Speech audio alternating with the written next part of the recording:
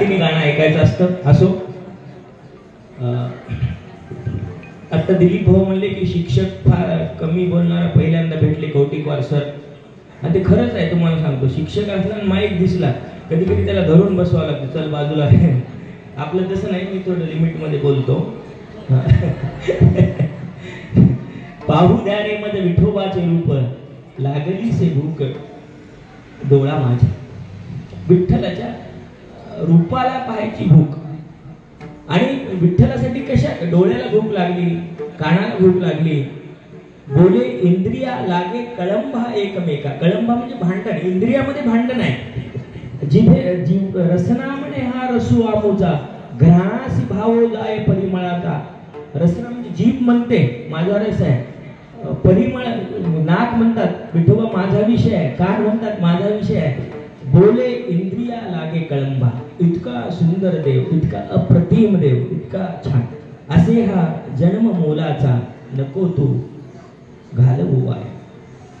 माझा आवाज काही गोड नाही. माझी पत्नी इथे आली, आत्ता आली वाटायला. तिला विचार. मला एक जण म्हणले सर तुमचा आवाज खूप गोड आहे, चांगलं निवेदन. काही तसलं काहीच नाही. तिला विचार. आता बसली हो. आणि अजून थोडं तर ते काही जादू आहे गोड वाटण्याची, ते आमच्या सचिन भाऊजी यांची जी मशीन आहे, कोणाच्याही आवाजाला गोडच करून पाठवते.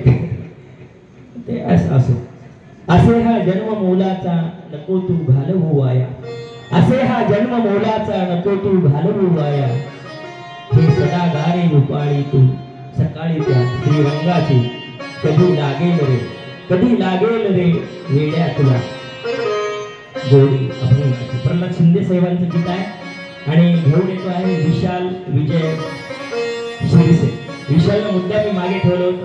गोड आवाजाचा मुलगा, इयत्ता 5वी मध्ये शिकतो. अप्रतिम गातो, अप्रतिम गातो, अप्रतिम. चल ओके.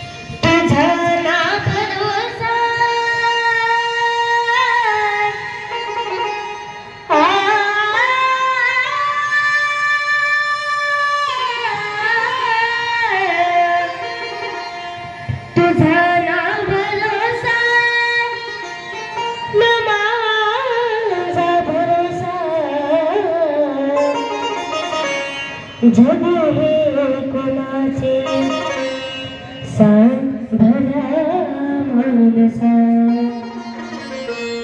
असो चूल मागी आणि मीठ भाकर, नाम हरीचे मोठी गोड सागर. सोडून देणे धनाच्या तुलाचा. जग हे कोणाचे सांग भला मनसा. कधी लागे, कधी लागे, कधी लागे वेड्या तुला गोडी अभय.